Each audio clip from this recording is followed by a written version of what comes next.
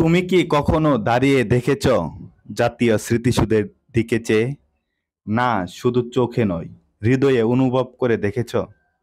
এই যে দাঁড়িয়ে আছে মাথা উঁচু করে, এটা শুধু একটা স্মারক না, এটা একটা জাতির আত্মত্যাগের প্রতীক, যেখানে প্রতিটি স্তম্ভ বলে দেয় আমরা রক্ত দিয়েছি যাতে তুমি মাথা উঁচু করে বাঁচতে পারো।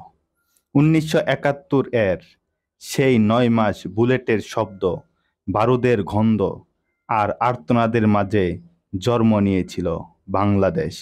সেই জন্মের গল্পের শেষ পৃষ্ঠা রক্ত দিয়ে লেখা।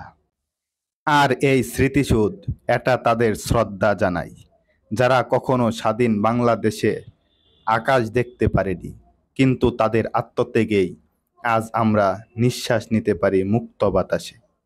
তুমি যখন স্মৃতিসৌধে শ্রদ্ধা জানাতে দাঁড়াও, তখন শুধু মাথা নিচু করে না, মনে মনে বলো, তোমাদের রক্ত বৃথা যেতে দেইনি। আমি গর্ব সেই বাংলাদেশ, যে বাংলাদেশের স্বপ্ন তোমরা চোখে নিয়েছিলে মৃত্যুর আগমন মুহূর্তেও।